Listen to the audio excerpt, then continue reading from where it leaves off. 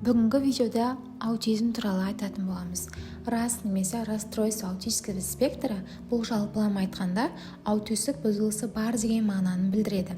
Оған қандай белгілер жатады? Баланың коммуникациясының жалпы социуммен араласуының бұзылысы, яғни қоғамдық ортамен. Араласа алмау, стереотипті қимыл қозғалыстар, сөйлеуінің және түсінігінің интеллектісінің дамуының кешігуімен сипатталады. 2 жастан бастап көрінетін аутизмдік белгілері қандай? Бала тым қатты гиперактивны болуы мүмкін. Бір орында отыра алмай, жүгіре беру, айналу, бір орында қайта-қайта, немесе мүлдем пассивті түрде болуы мүмкін. Және де баланың сөйлеу қабілетінің болмауы, немесе оның өте кеш дамуы.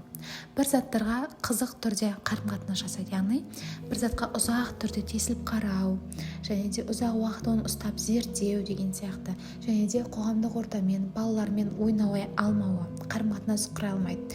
Және де бала без причины, яғни себепсіз күле беруі, немесе себепсіз қатты жылауы мүмкін. Қатты сезімталдық болады, яғни дыбыстарға, заттарға, светке деген сияқты. Және де ол бала қауіпті белгілерді түсінбейді, яғни көліктің алдынан шыға салуы мүмкін. Осындай өмірге қауіп тудыратын заттарды ажырата алмайды. Және де бұл қандай да бір өзгерістерден қашатын болады.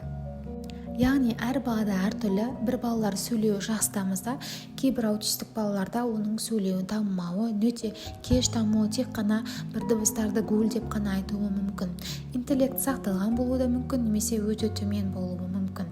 Және балада жаңа айтқандай бір қабілеттері дамымай қалса, екінші қабілеті гипер, өте өзгеше балаларда бір қабілеттерін дамуы кездеседі. Глазной контакт болмайды, яғни балалар көбінесе көзге қарай алмайды.